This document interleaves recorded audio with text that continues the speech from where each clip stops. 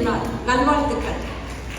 இளங்கோவின் இளந்தமிழே, கம்பனின் கவித்தமிழே, பாரதியின் பைத்தமிழே, வள்ளுவரின் வான்தமிழே, உன்னை வணங்கி தன்மையிலும் மென்மையிலும் தாமரை போல பார்க்கடலிலே அமர்ந்திருக்கும் பல தாமரை போல வீற்றிருக்கும் நடுவர் அவர்களுக்கும், மலை உச்சியில் இருந்து விரைந்து வரும் பேராடி போல தமிழ் உறவுகளுக்காக எங்கிருந்தாலும் ஓடோடி வரும் நம் கலை மாமணி, நம் நடிகர் நெப்போலியன் அவர்களுக்கும் அஸ்திவாரம் இல்லாமல் எந்த ஒரு கட்டிடமும் இருக்காது.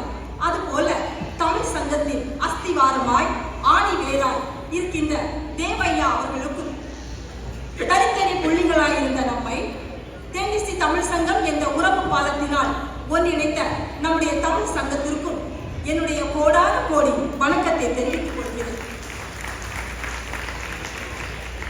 திருவிழா கடைகளில் தொலைந்து போனதை போல காட்சியளித்துக் கொண்டிருக்கும் எனது எதிரணி சகோதரிகளே, திருவிழா கடையிலையா? சரி.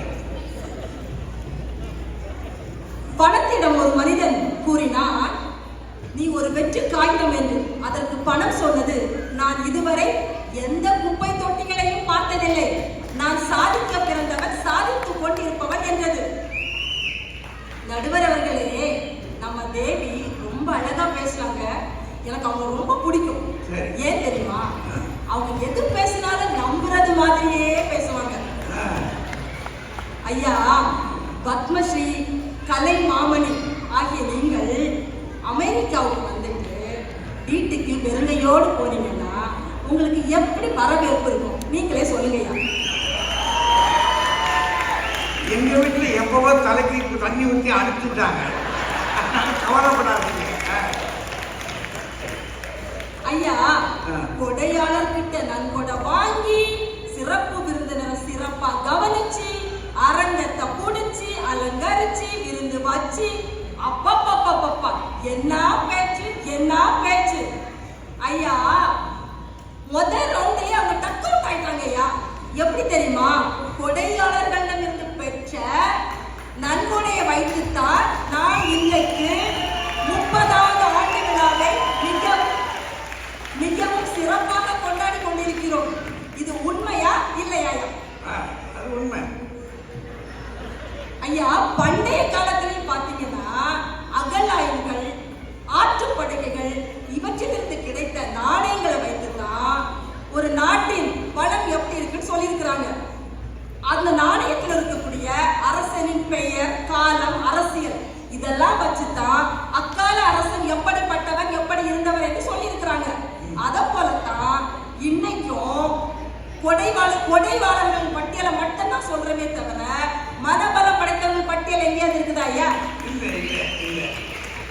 அந்த காலத்துல மயிலுக்கு போர்வை அளித்தவன் பேகன், முல்லைக்கு தேர் கொடுத்தவன் பாரி, குதிரையை பரிசாக அளித்தவன் காரி, அவ்வைக்கு நெல்லிக்கனி கொடுத்தவன் அதிகமான், பாடல்களுக்கு பரிசு கொடுத்தவன் ஓரி, ஊர்களை பரிசாக அளித்தவன் ஆய் அண்டிரன், இல்லறத்திற்கு தேவையான பொருட்களை பரிசாக கொடுத்தவன் நள்ளி என்று அந்த காலத்திலேயும் கொடைவள்ளலுடைய பெயர்கள் தான் பட்டியலிட்டு இருக்கிறாங்க. இப்போ பாத்தீங்கன்னா டாப் 10 பணக்காரர்களுடைய பெயர் தான் பட்டியல் இருக்கு. எங்கேயாவது மனபல படைத்தவர்கள், டாப் 10 மனபல படைத்தவர்கள் எங்கேயாவது பட்டியல் இருக்குதா? யாரும் சீந்த மாட்டாங்க ஐயா. மனம் என்பது ரொம்ப சிம்பிளியா, வாழை இலையில ஊத்துற ரசம் மாதிரி, எந்த பக்கம் போகுதுன்னே தெரியாதையா. தங்கச்சி பிரதிபா மஞ்சு பாய்ஸ் அப்படிங்கிற ஒரு திரைப்படத்தை பத்தி சொன்னாங்க, அழகா சொன்னாங்க. ஆனா அந்த படத்துல எவ்வளவு வசூலாச்சுன்னு சொன்னாங்களா? அவங்க மனமே அப்படித்தாயா. இதுதாயா மனம்.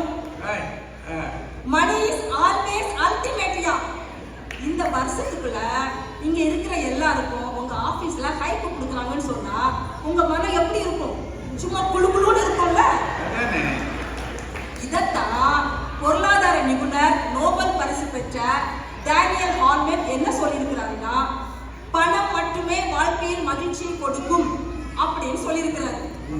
ஐயா, 300 ஆண்டு பழமையான ஹார்வர்ட் யூனிவர்சிட்டி அமெரிக்கால இருக்கு. உங்களுக்கு தெரியும், உங்களுக்கு தெரியாததே கிடையாது. அந்த ஹார்வர்ட் உலகத்தில் உள்ள மொத்த மொழிகளையும் ஒரு ஆய்வு பண்ணாங்க. அந்த ஆய்வுல 7 மொழிகளை மட்டும் தொன்மையான மொழிகளை அறிவிச்சாங்க.